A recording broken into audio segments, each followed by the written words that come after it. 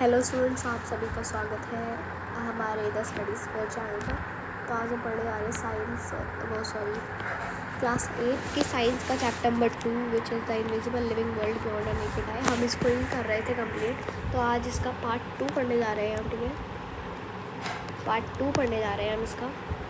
सो आज हम क्या पढ़ेंगे, आज हम कौन से टॉपिक्स के बारे में पढ़ेंगे। तो पहला टॉपिक्स तो है हमारा levels of organization in a living organism, यानी कि जो लिविंग ऑर्गेनिज्म है वो ऑर्गेनाइज कैसे करता है अपने आप को। Living things are organized like a complex school system. अब यह कॉम्प्लेक्स स्कूल सिस्टम से क्या मतलब है इनका, कि जैसे हम फर्स्ट क्लास में होते हैं, फिर उसके बाद हम 12th तक जाते हैं। अब आप 8th क्लास में हो, तो इसमें क्या होता है, आपका लिविंग थिंग्स जो होती है वो एक कॉम्प्लेक्स स्कूल सिस्टम की तरह ऑर्गेनाइज होती है। मतलब क्या कहना चाहते हो, सबसे छोटी यूनिट से ज़्यादा वो कॉम्प्लेक्स एक पूरा ऑर्गेनिज्म बना देती है। तो इसी से उसका मतलब है कॉम्प्लेक्स स्कूल सिस्टम। जैसे कि स्टार्टिंग विद सेल, हमें पता है सेल सबसे बेसिक यूनिट होती है लाइफ की, है ना। सेल सबसे बेसिक यूनिट होती है लाइफ की, ये मोस्ट बेसिक यूनिट होती है लाइफ की।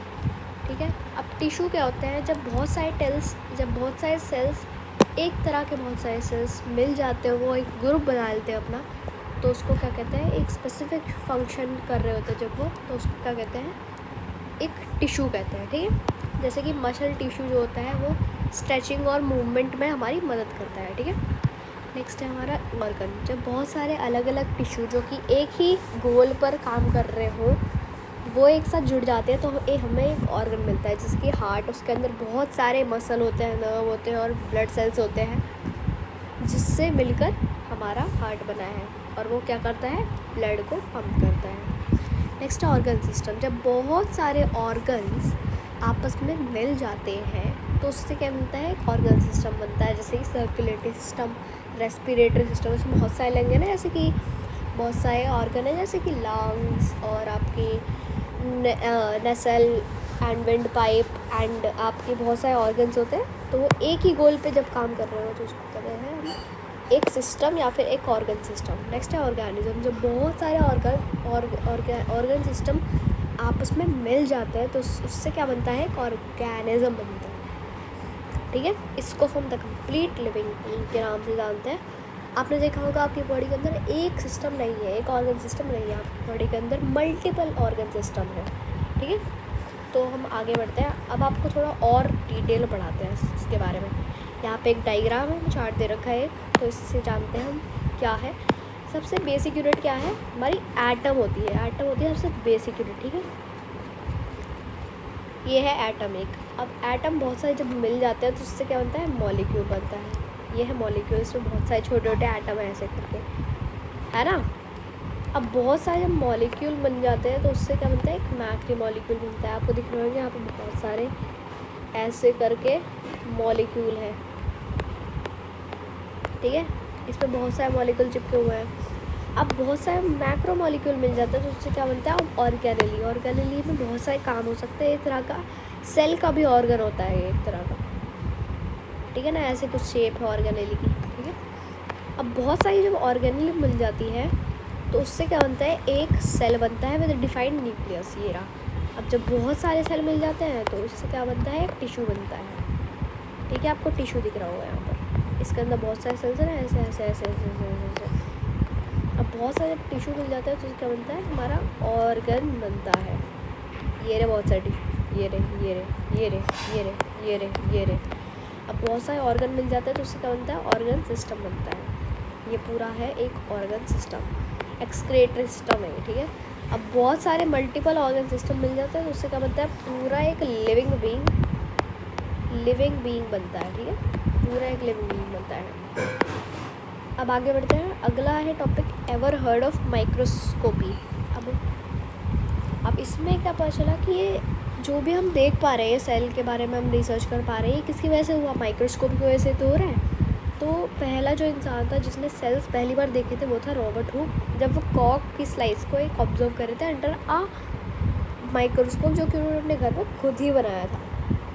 तो 1665 की बात है। ओके, तो उनको मिलते हैं डेड कॉक सेल्स मिलते हैं।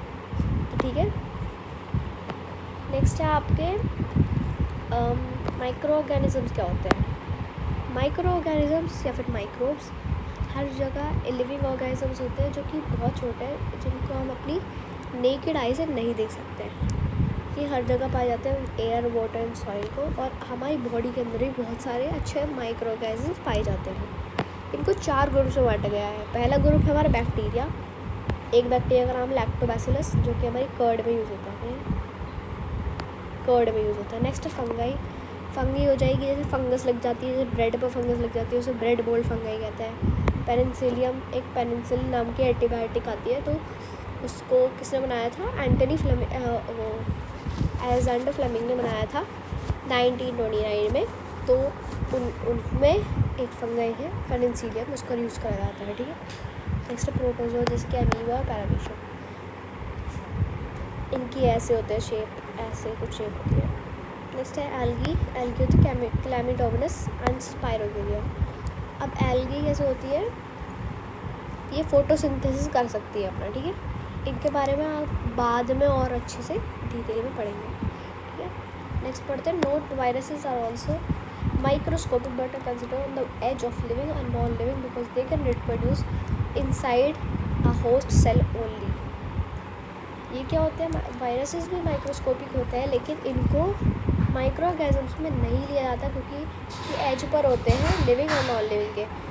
क्योंकि जब ये बाहर होते हैं होस्ट सेल के तो ये नॉन लिविंग बन जाते हैं, और होस्ट सेल के अंदर जाते हैं तो ये लिविंग बन जाते हैं। नेक्स्ट है ऑब्जर्विंग ब्रेड मोल्ड को ऑब्जर्व करते हैं। हमें क्या करना है? एक ब्रेड लेना है इस एक्टिविटी के लिए, उस पर थोड़ा पानी छिड़क देना है और उसको एक मॉइस्ट नमी वाले प्लेस में, गर्म प्लेस में 2 से 3 दिन के लिए रख देना है।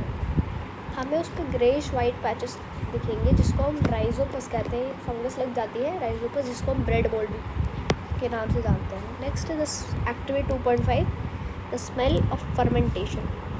इसमें हम फर्मेंटेशन के बारे में पढ़ेंगे, फर्मेंट कैसे करता है फर्मेंटेशन। तो इसके लिए हमें 500 ml वाटर लेना पड़ेगा, उसमें 2 से 3 टीस्पून शुगर डालनी पड़ेगी और ½ टीस्पून यीस्ट पाउडर। अब इसको हमें कवर कर एक वार्म स्पेस में डाल देना है 4 से 5 घंटे के लिए। इसके बाद हमें एक पंजेंट और अल्कोहलिक स्मेल मिलेगी। इसी को हम फर्मेंटेशन करते हैं, क्योंकि शुगर जो होती है वो यीस्ट की वजह से अल्कोहल में बदल जाती है, जो कि किसने डिस्कवर करी थी? लुइस पास्चर ने डिस्कवर करी थी। नेक्स्ट है माइक्रोब्स इन द एनवायरनमेंट। हमें अलग अलग डिफरेंट एनवायरनमेंट के वो एग्जाम्पल कलेक्ट करने हैं, उनको माइक्रोस्कोप के अंदर देखना है। हमें दिखेंगे कि माइक्रोब्स अलग अलग जगहों पे होते हैं, हर जगह पे माइक्रोब्स होते हैं।